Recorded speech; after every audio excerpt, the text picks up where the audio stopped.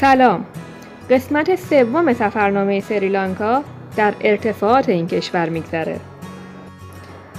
جایی که تا چشم کار میکنه، باغات چای، جنگل‌های سرسبز و رشته کوه‌های زیبا میبینید. سریلانکا 4مین تولید کننده چای در دنیاست. 5% از جمعیت این کشور به طور مستقیم یا غیر مستقیم در این صنعت مشغول به کار هستند. ایران از مهمترین خریداران چای سریلانکاست. البته یه محصول آشنای دیگه هم تو این کشور تولید میشه. دارچین سریلانکا مرغوب ترین دارچین دنیاست که در واقع پوست تنه همین درخته. روز اول رفتم برای دیدن یه معبد بودایی که برای رسیدن بهش باید چند ساعتی در دل جنگل پیاده روی میکردی. راهبایی که اینجا زندگی میکنن به خواسته خودشون از زندگی شهری دور شدن که راحت‌تر بتونن تفکر، تعمق و مراقبه کنن. در مذهب بودیسم غار معبد یا کیو تمپل های زیادی دیده میشه. داخل غار اتاقک‌هایی در میارن و قسمت‌هایی رو بهش اضافه میکنن. از این غار معبدها هم به عنوان محل عبادت هم برای محل زندگی راهب‌ها استفاده میشه. این هم یه نمونه از اتاقک‌هایی که راهب‌ها توش زندگی میکنن. به هر حال بودن در طبیعت راحت‌تر آدم‌ها به مفهوم زندگی نزدیک میکنه. همینطور مفهوم فلسفه بودیسم. در سریلانکا که سفر میکنید شیشتانگ حواستون باید به جاده باشه. طبیعت اینجا بی‌نظیره و هر لحظه امکان داره که یه حیوان جدید ببینید.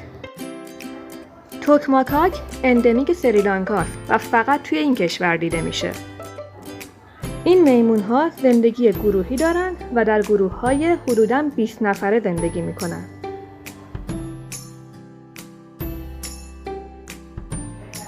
روز بعد از مسیری که با درختای نارگیل و مزارع برنج احاطه شده بود، رفتم تا رسیدم به آخرین بازمانده جنگل‌های بارانی سریلانکا، سینهارجا رین فورست.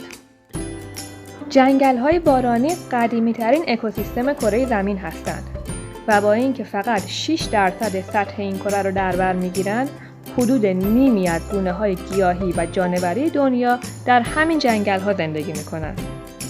این جنگل‌ها همیشه سبز هستند، پوشش گیاهی اونا مرتفع و متراکمه و همینطور که از اسمشون پیداست، میزان بارش سالانه در این جنگل‌ها بسیار بالاست. به علت تراکم بالای پوشش گیاهی، دیدن گونه‌های جانوری اینجا خیلی سخته. چند گونه از خزندگانی که اینجا دیدم: مارمولک سبز جنگلی، مارمولک سبز باغی، مارمولک کانگورویی، افعی سبز و این مارمولک که روی بینیش یه برآمدگی داره. جنگل سینهارجا در سال 1978 از طرف یونسکو به عنوان ذخیره‌گاه زیست‌کره و همینطور سایت میراث جهانی شناخته شد. به همین دلیل دخل و تصرف در داخل پارک ممنوع است، ولی خارج از این محدوده تا چشم کار میکنه زمین‌های چای و سایر محصولات کشاورزیه. بعد از پیاده روی در سینهارجا رفتم دهکده اتوبوس سوار شدم که برم خونه. بله، خونه. سنا و نیتا میزبانان من در این قسمت از سریلانکا که توی یه خونه کوچیک رنگارنگ که بیشتر شبیه یه موزه کوچیک بود زندگی میکردم. اتاق من اینیه که رو درش عکس باب مارلیه. برنج بخش اصلی غذاهای سریلانکا رو تشکیل میده، ولی لزوماً اونجوری که ما برنج رو میخوریم نمیخورن. How to cook hopper.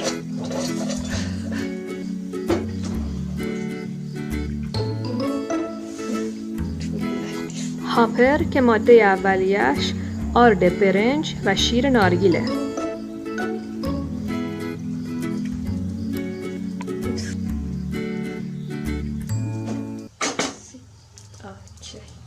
معمولاً هاپر رو ساده با نیمروح یا انواع کاری میخورن.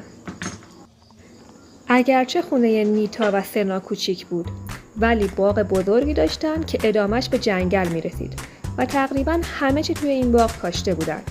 چای، انواع میوه، پاپایا، موز، آناناس، نارگیل، انواع ادویه، دارچین، هل، زنجبیل، حتی قهوه هم داشتن. در واقع لازم نبود چیز زیادی از مغازه بخرن و بیشتر مایحتاجشون رو از همین باغ شخصیشون تهیه میکردن. موقع خداحافظی هم این هدیه رو بهم دادن: آناناس، میخک، دارچین، زنجبیل و هل. دوباره همسفر جاده های سریلانکا میشم. سفرم رو در ارتفاعات این کشور ادامه میدم. جایی که عطر چای مشامت رو نوازش میکنه و مناظر زیبا هوش از سرت میبره. رونق گرفتن ارتفاعات سریلانکا و به طور کلی کشورهای شبه قاره هند برمیگرده به دوران استعمار انگلیس. انگلیسی‌ها که به آب و هوای گرم عادت ندارن، برای فرار از گرما رو میارن به ارتفاعات مستعمراتشون و شهرک‌هایی رو برای خودشون در این ارتفاعات میسازن. این مناطق که به هیل استیشن معروف هستند، به تدریج و با تموم شدن دوره استعمار تبدیل میشن به شهرک‌های توریستی.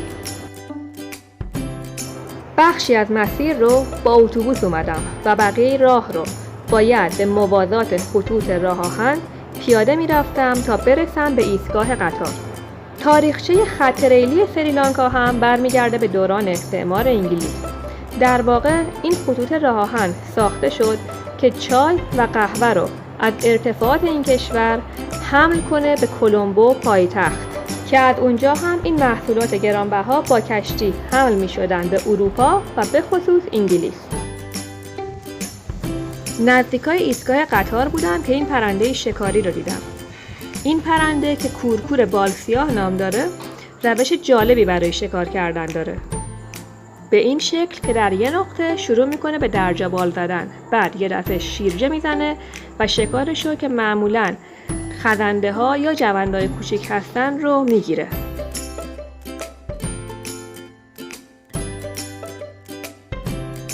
اینم از ایستگاه قطار. خط راه آهن سریلانکا در سال 1858 تأسیس شد. اگرچه در ابتدا فقط ارتفاعات این کشور به کلمبو رو پیوند میداد، ولی بعداً گسترش پیدا کرد و در حال حاضر تقریباً میشه به همه جای سریلانکا با قطار سفر کرد. بخشی از این مسیر جزو زیباترین مسیرهای ریلی دنیا محسوب میشه و هر ساله گردشگران زیادی رو جذب سریلانکا میکنه. بالاخره رسیدم به اقامتگاهم در هاپوتاله، استراحتگاه دیاس. هاپوتاله با ارتفاع 1430 متر از سطح دریا از ییلاقات خوش آب و هوای سریلانکا است. این مکان در سال 2010 توسط CNN بهشت ناشناخته آسیا لقب گرفت.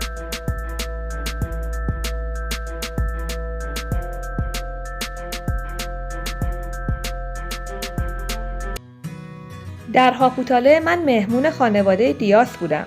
یه خانواده تامیل مسلمان که اصالتشون به هند برمیگشت.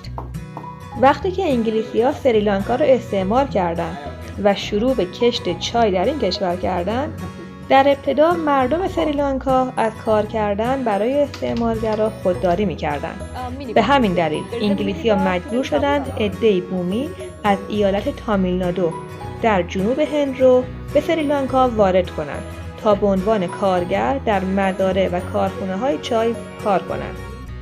تامیل‌های هند به تدریج در سریلانکا جا افتادند و امروزه به عنوان تامیل‌های سریلانکا شناخته میشن.